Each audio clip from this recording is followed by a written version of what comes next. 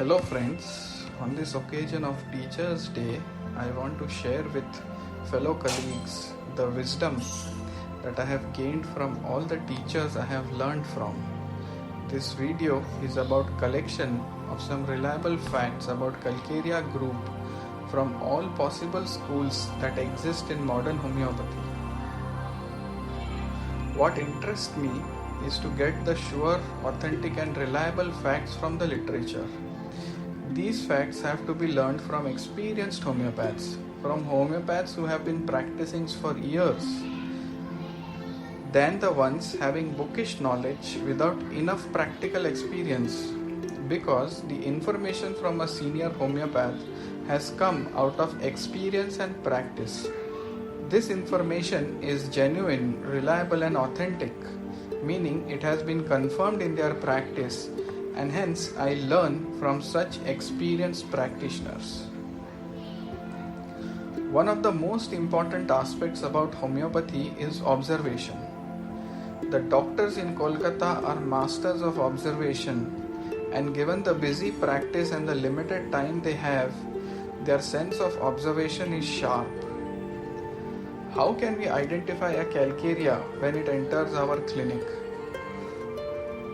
We should be so sharp that just by looking at the patient, we should be able to get the idea. Most common presentation is a fair, fat, flabby and a rounded constitution. They have excessive fat and soft feel of the body. When you shake hands, you get a feeling as if it is boneless. The hand is cold, clammy and sweaty. The other variety is the tall, large, thin but prominent bones. Their face looks squarish and has a prominent jawline. They have long bones with prominent or projecting bony protuberances.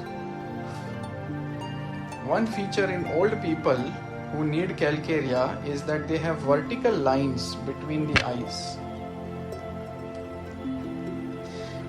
These patients desire sweets and eggs. They are thirsty and chilly. Complaints of coldness of legs and hands with desire to cover them. Patients often wear socks and sleep. So much is the coldness that can be felt at times. Constipation is virtually a feature of all calcareas.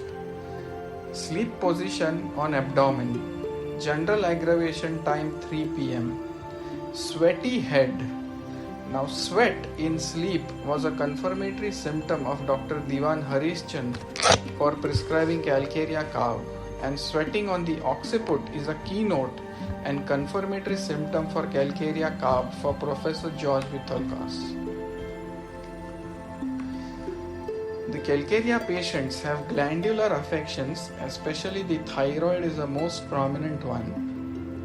Bone and calcium metabolism related problems are frequent.